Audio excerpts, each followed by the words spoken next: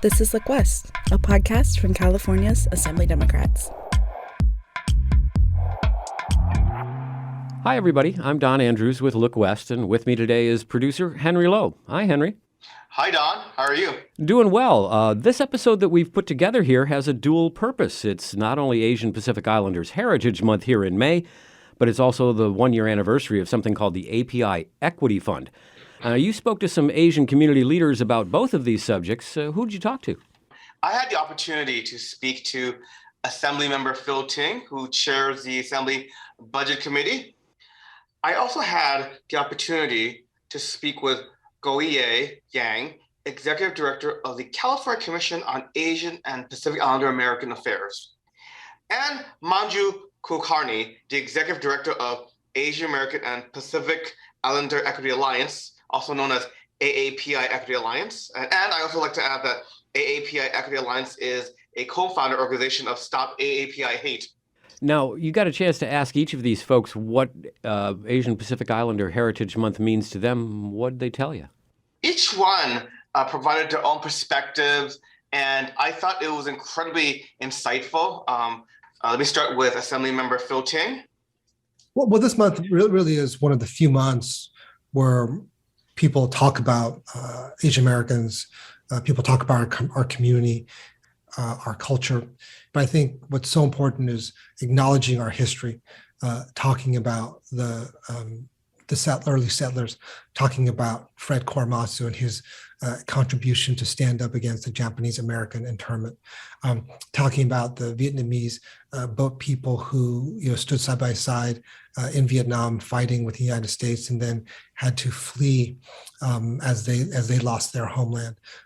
Talking about all the Filipinos who immigrate here, many of whom work in our healthcare system.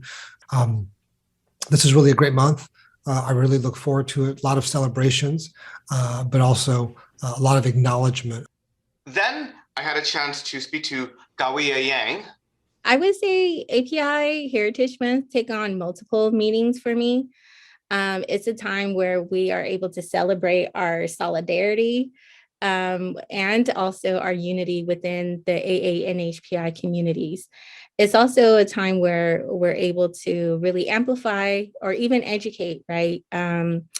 Our friends, our neighbors, our schools, other communities about Asian American and Pacific Islander history and stories of triumph, resilience, and then also even be able to discuss our hopes and our visions that awaits us. And finally, I had an opportunity to speak to Manjusha Kulkarni. It's been important to have a month to highlight our issues, our concerns, our needs, but also our accomplishments. And I think to see and recognize those in our community who are often not recognized. So this month is really important for us. But let me say one thing. We should be celebrated and acknowledged all 12 months. You also spoke with the same three people about the AAPI Equity Fund. What is that? The AAPI Equity Budget is a historic three-year investment of $166.5 million for California's AAPI community. And this budget will be used to fund resources to address the unfortunate surge in hate crimes against APIs, as well as look at how do we address the longstanding racial inequities that have harmed the API community for not just in recent memory, but for generations. And so really, it's about restorative justice for this community.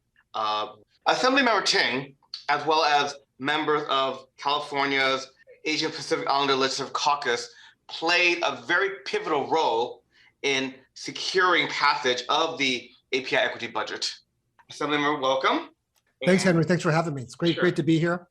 Why don't you describe to us, what is the AAPI equity budget and its goals? Over the last couple of years, what we saw was a huge spike in anti-AAPI hate, not just in California, but really all over the entire country. And while anti-AAPI hate has nothing new in California, it's been around as long as settlers came here to build the railroads in the mid-1800s. What we saw was a spike that happened all across the country, and it seemed like you couldn't go a day without an incident of somebody getting attacked in a liquor store, someone getting spit on in a subway, someone getting called a name walking to work, or people getting attacked waiting for the bus. Seniors and elders in particular, as well as women, our most vulnerable members, seem to be targeted by many, many people of all shapes and sizes, unfortunately. So there wasn't really a single profile.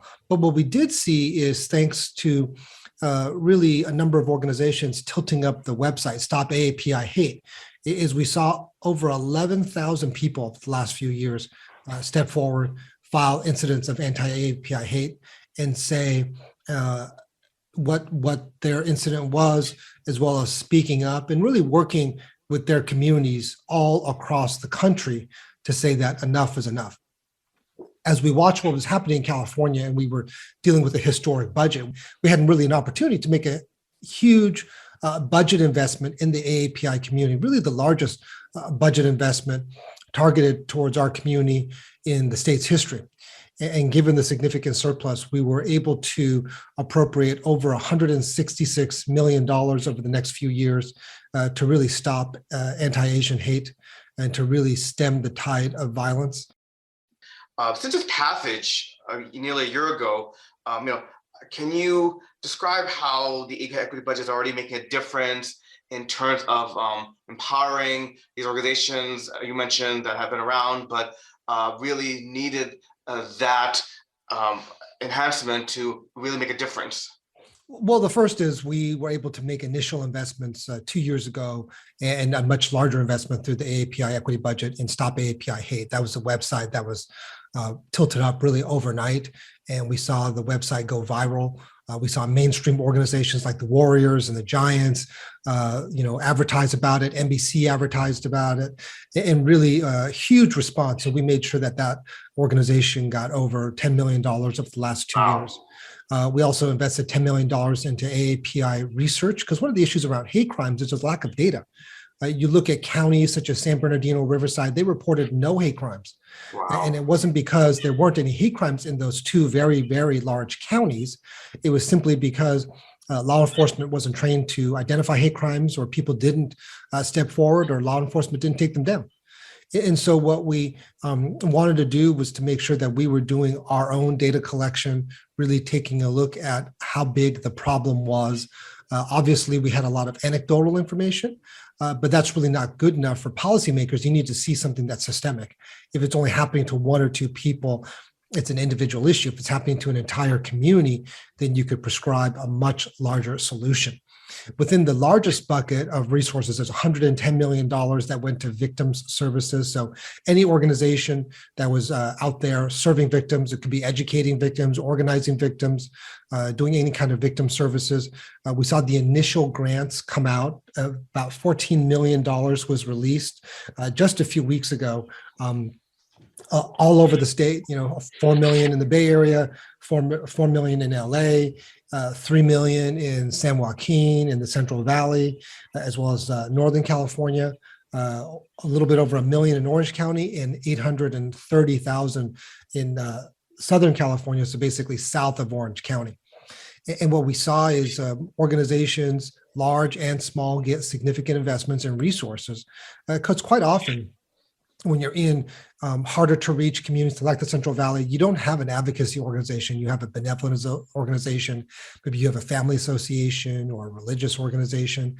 And so we really wanted to invest in those groups to help them build their capacity to really represent our community and to really speak up and be a proud voice. Yeah, that's wonderful. I think similar to what you said was so important about seed money or foundational resources in regions, in communities that have been disenfranchised of resources before, to really get organizing started where it's been needed. So that's wonderful. From the perspective of the present day and what has happened in the last 2 years, how do you see us as a community moving forward? Well, we're a very broad community. We use the label AAPI, but as you know, Henry, when you look at older Asian Americans, you're really Chinese, or you're Japanese, or you're Korean, or you're Hmong, or Laotian, or Filipino. Vietnamese, South Asian, Indian, Pakistani, and so the list goes on and on and on. And so our biggest challenge is coming together as a broader AAPI community. So we want it to be respectful, make sure that all the communities within the umbrella really we're getting resources, but it's also inherent that we need to come together to work together. So that's also part of the equation that we face, and something that we all still face challenges to. This was one of the first times we sort of broke through the mainstream. Quite often, most people feel like Asians are doing great.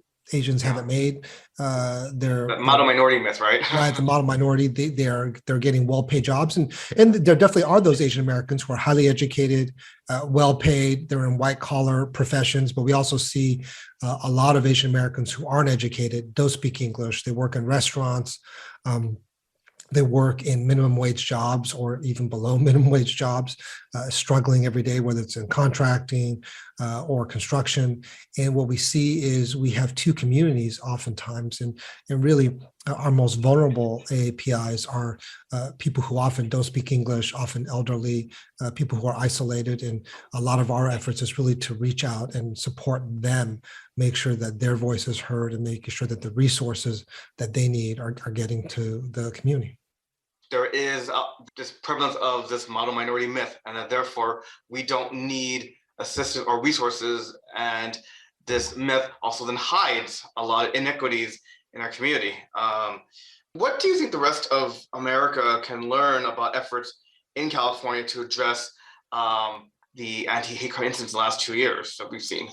Yeah, what we see is quite often, because there's this model minority myth that Asian Americans doing fine, you don't really see a significant amount of government resources going towards the community to really help the community.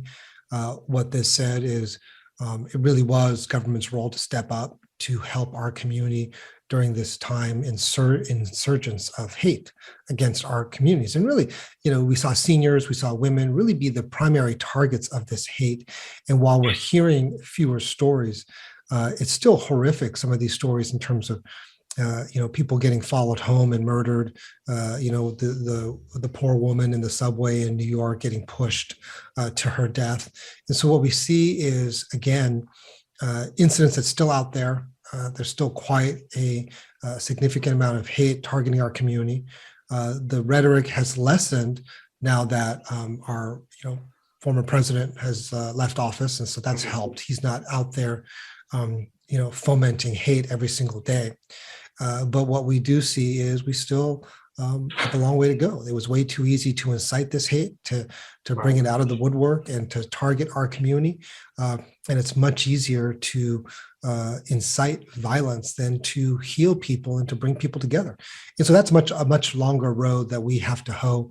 And it really is inherent on us in California to go and make those investments in our community. We also need to make sure that other states are doing the same thing. So hopefully other groups around the country were inspired by what we did in California and took that as an example, so they could make those same requests, whether it's in New York or Georgia or Illinois or Texas, where there are very sizable AAPI communities and organizations out there that really are probably feeling overwhelmed, because again, those 11,000 incidents didn't come from California on the Stop AAPI website. They really came from all around the country.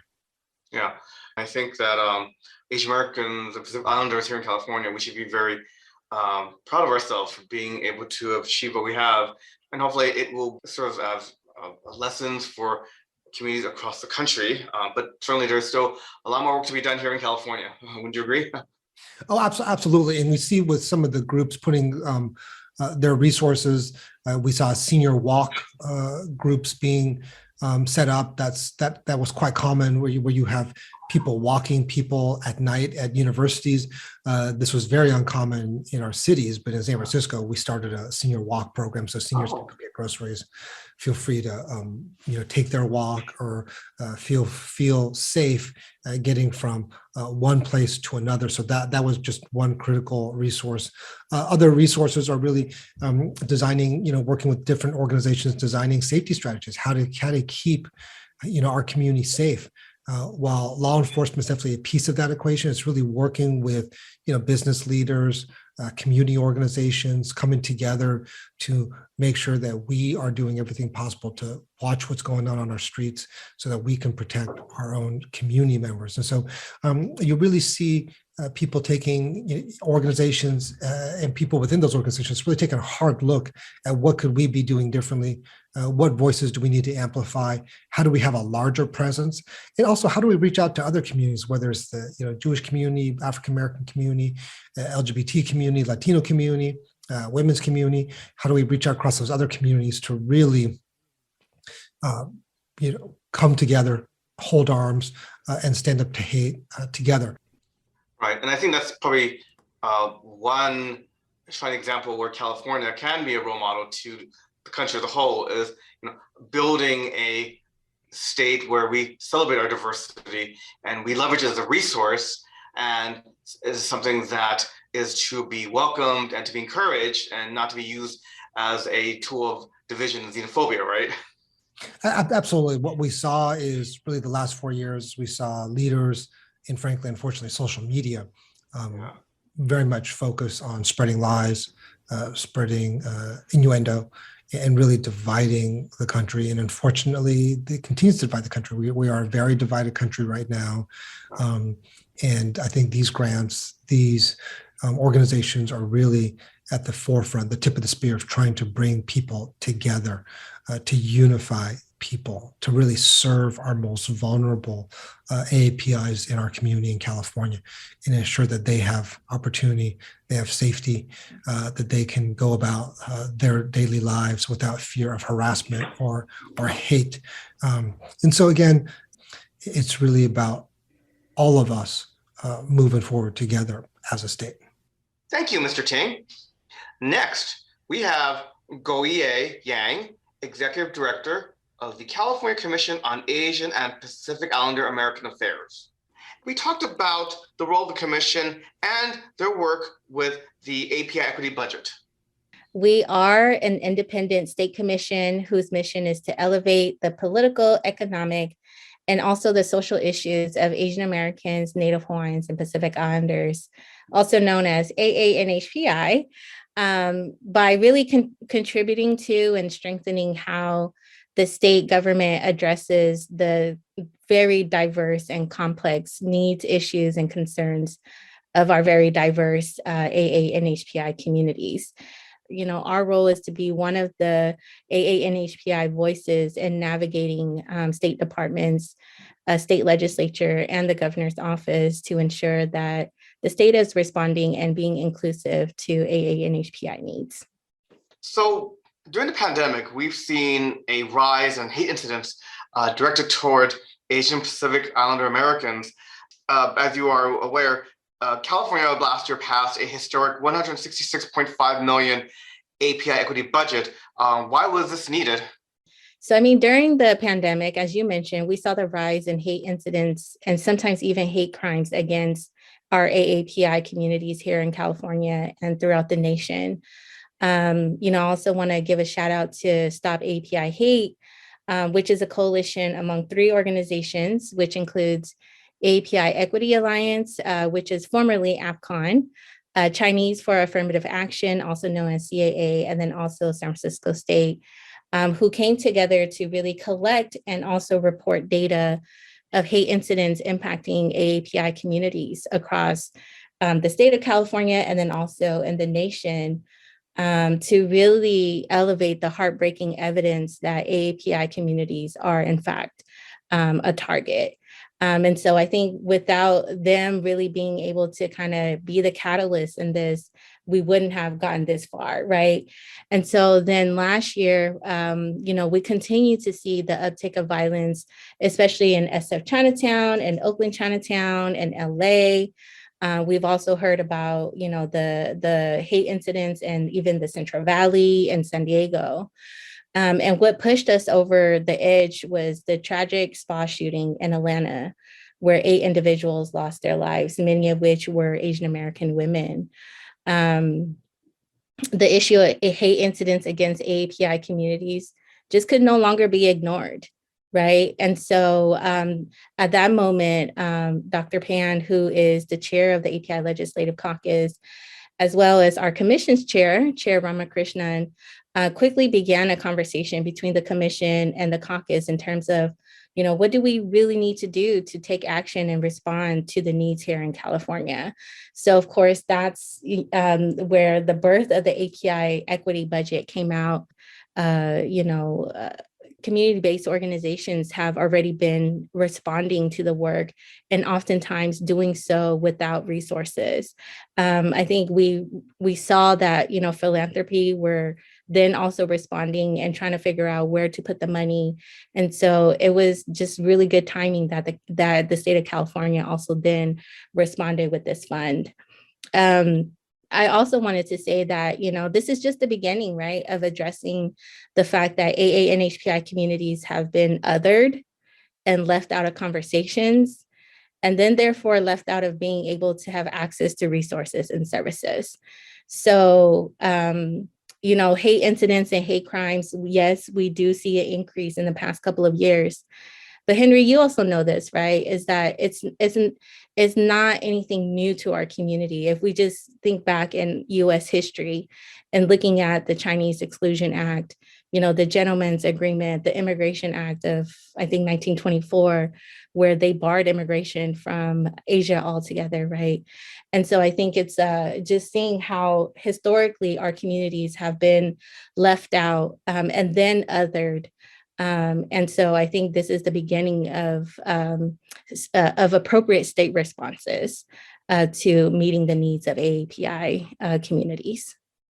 Now that we have this API equity budget, how do we make sure that those communities and community needs, those resources are there to raise greater awareness and visibility of the various needs of our communities?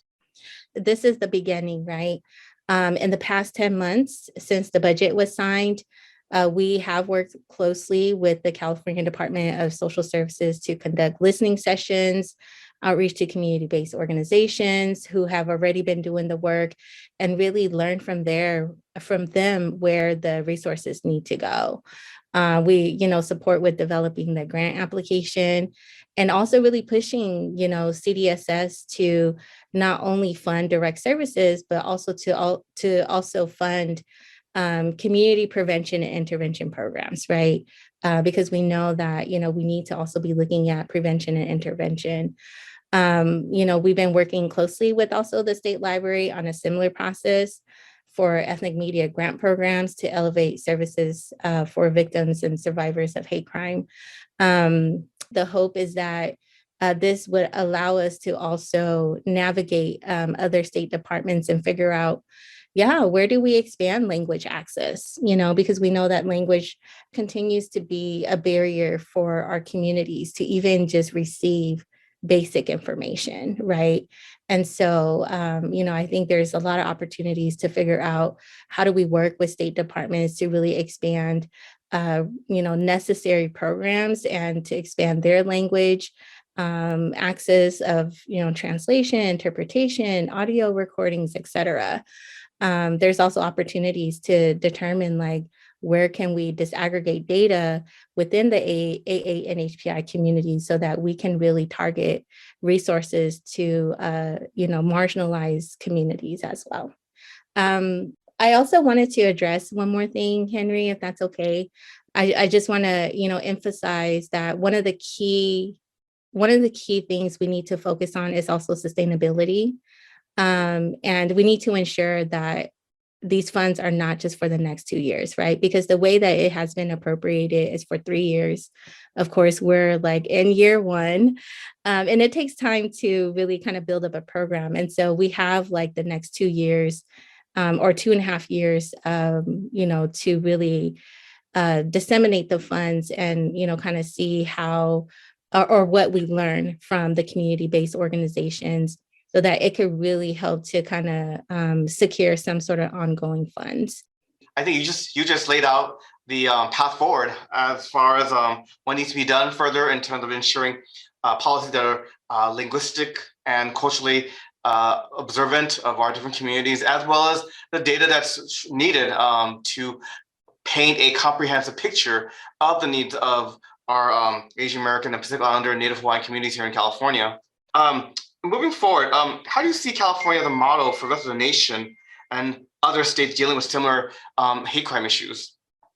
I do want to say that there are so many things that we actually learn from other states and the advocacy that AA and HPI leaders have done in other states and also in the nation. But of course, with the largest AA and HPI population residing in California, we do have a huge obligation and opportunity to really respond to the needs and be a model. I think I shy away from saying that we're a model, right? But to be really honest, like we do have that opportunity to be a model for other states and the nation. And I would also say, and this is not to toot our horn at all, but but I would also say that it is really important to be able to have something like a commission on Asian American Pacific Islander affairs. And I know that there are some states who have it, but I do hope that other states are able to also be able to have something like a commission that focuses on AA and HPI affairs, and that would be able to kind of do the research arm or engage with the community as the state is figuring out implementation or responding through legislation.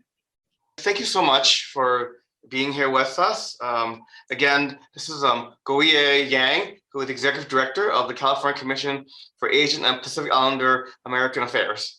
Thank you so much, Henry. One of the best things about recording today's podcast episode was because it was the opportunity to speak to people whom I've worked with and consider personal friends, such as Manjusha Kulkarni, Executive Director of AAPI Equity Alliance. So Manju, why don't you let our listeners know more about the Asian American Pacific Islander Equity Alliance and the work that you do? Sure. Well, thanks so much for having me, Henry. Just such a pleasure to be with you and with the listeners today. AAPI Equity Alliance is a coalition of over 40 community-based organizations that together serve and represent the 1.5 million Asian Americans and Pacific Islanders in Los Angeles County. We've actually been around since 1975, and were previously known as APCON, the Asian Pacific Policy and Planning Council, and in fact started as part of the burgeoning API movement in the 70s. A small group of executive directors started it as the Asian Lunch Bunch to really talk about the challenges of the community and how they could seek policy solutions. So we've been doing that for over 45 years. And more recently, in 2020, we co-founded Stop AAPI Hate, which has been the nation's leading aggregator of anti-Asian hate incidents from across the country. So can you let our listeners know what was some of the work that Asian American Pacific Islander Equity Alliance did to ensure that this historic API equity budget was passed? Well, thank you for that question. I will say that, partly from the work we were doing at Stop AAPI Hate, we made it clear that our communities needed resources to address what they were experiencing. So as early as 2020, we were advocating with our state legislators for funding for community-based organizations to deliver and provide direct services to the community. And I just want to express my utmost appreciation to the API Legislative Caucus and their leadership. As you mentioned, this is a historic level of investment, one that we've not seen in the United States for the 100+ years that we've had a significant community, and really goes to address the underinvestment that we have seen, not only in our state, but in every other state in the union. And I want to, appreciate especially Assemblymember Ting and his leadership on the budget committee, and as chair. We also had last year the leadership of David Hsu, and now this year with Senator Pan, also Evan Lowe, and Almura Tsuchi, as well as others. So they just really took the helm in ensuring that we would get the resources we need. And, I have to tell you that it's that awareness and the understanding and being able to see our communities, to see our needs that is so critical, because we've been invisibilized, right, for most of our history. And so now being able to see those resources being allocated is so important. So since the API equity budget passage, there's already been grants given out to your organization, to some of your member organizations. Can you describe, what is the difference that's already made? Some of the funding under the $110 million that was allocated to California Department of Social Services, some of that has already been made available through the Stop the Hate funding. And I'm proud to say that AAPI Equity Alliance is serving as the regional lead in Los Angeles County for that funding. We have 25 organizations that have also been awarded funding to do the work in local communities, because we know AAPIs are diverse. We come from different communities, different nationalities, as well as having different languages, religions. And so it's so important that our organizations that know and understand the community, can speak the language, have the cultural capacity, that they are able to do this work. Additionally, my organization, Stop AAPI Hate, has also received funding, and we're looking very broadly at solutions across the state to address the needs. And in fact, we have 3 bills currently in the state legislature that are authored and co-authored by members of the API Ledge Caucus, really taking a holistic approach to addressing hate incidents, which we know to be the vast majority of experiences our communities have had. Let me ask you also, what do you think needs to be done to continue the work that was been already started before? So I think there are a few different pieces. I think certainly the data issues are important, and getting data disaggregation. And I was really heartened to see that $10 million in funding went to AAPI data. Additionally, I think we see ethnic media getting resources as well. And that's so important, so that information that happens at the state and local levels gets fed to our communities. So that I think is important as well. There are other programs related to first generation API college students. All of these are really, really important investments that I think begin to sort of bridge the gap that our communities have experienced for decades. And what can California's accomplishments show to the rest of the nation as a model to create greater equity and social justice for APIs? Well, first off, it's the investment. And we see already that California is serving as a model for other states. Just in the last month, New York passed an API equity budget of $20 million. So really glad to see that there's funding going there as well. And we know that there are other efforts too. Last year, Governor Newsom signed a bill regarding ethnic studies and the incorporation into K through 12 curriculum.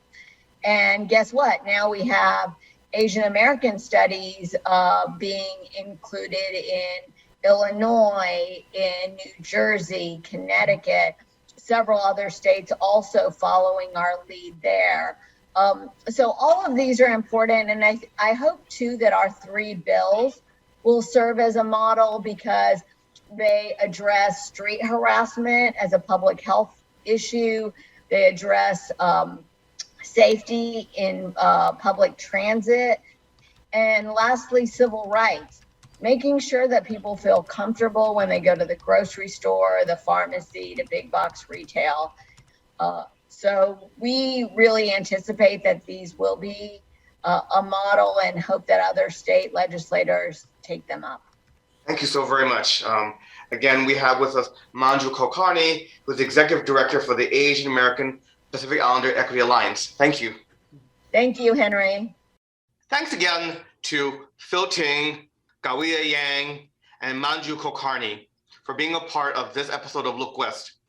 I also want to take this opportunity to thank everyone who helped us produce today's podcast episode. And I want to acknowledge the California and Asian Pacific Islander Legislative Caucus, who's chaired by Senator Richard Pan, Vice Chair by Assemblymember Evan Lowe, as well as the dedicated staff and consultants at the caucus, in particular, Alyssa Uchida, and also my own colleague at DCO, Chris Mateo. Well, and thank you, Henry, for helping us put this episode together. It's greatly appreciated. I'm Don Andrews. That's Henry Lowe. We're with Look West, and we want to thank you for listening. The Look West podcast is produced by the California Assembly Democrats. When you think of Californian politics, remember to look west.